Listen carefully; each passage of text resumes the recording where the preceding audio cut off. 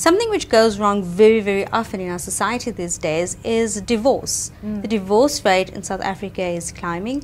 And how does divorce affect your debt, Karen?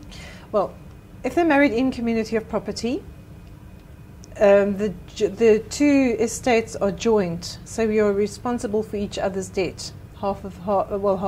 And you can't get out of that. You can't get out of that.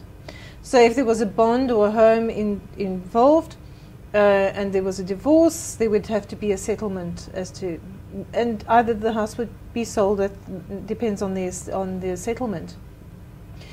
But the debt doesn't go away. And I have got one consumer that I'm dealing with right now who faces divorce.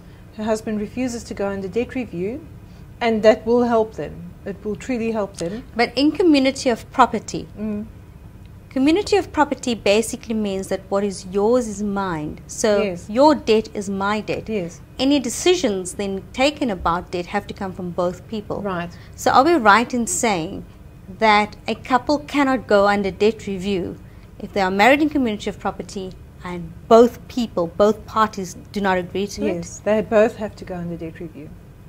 So what's going to happen in this lady's case is she's going to be going for a good few months until the divorce is finalized, struggling to pay her debt, struggling with the emotion of going through a divorce, which she obviously didn't plan on doing when they got married, and then losing the house and all the security that they do have.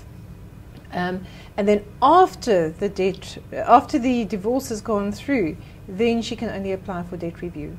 In the meantime, she has already accumulated quite a bit of debt during the time that she was trying to rescue the marriage, and he was out of work.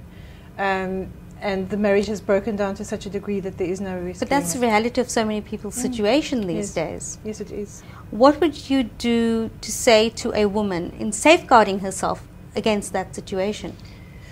Well, as I said earlier, nobody gets into a marriage with the plan of getting out of the marriage at any stage. But I do think that we actually have to be speaking about our debt before we get married. Yes. I think one has to be honest about your situation, and not only about your situation, but the manner in which these two parties see money, the manner in which they view their finances.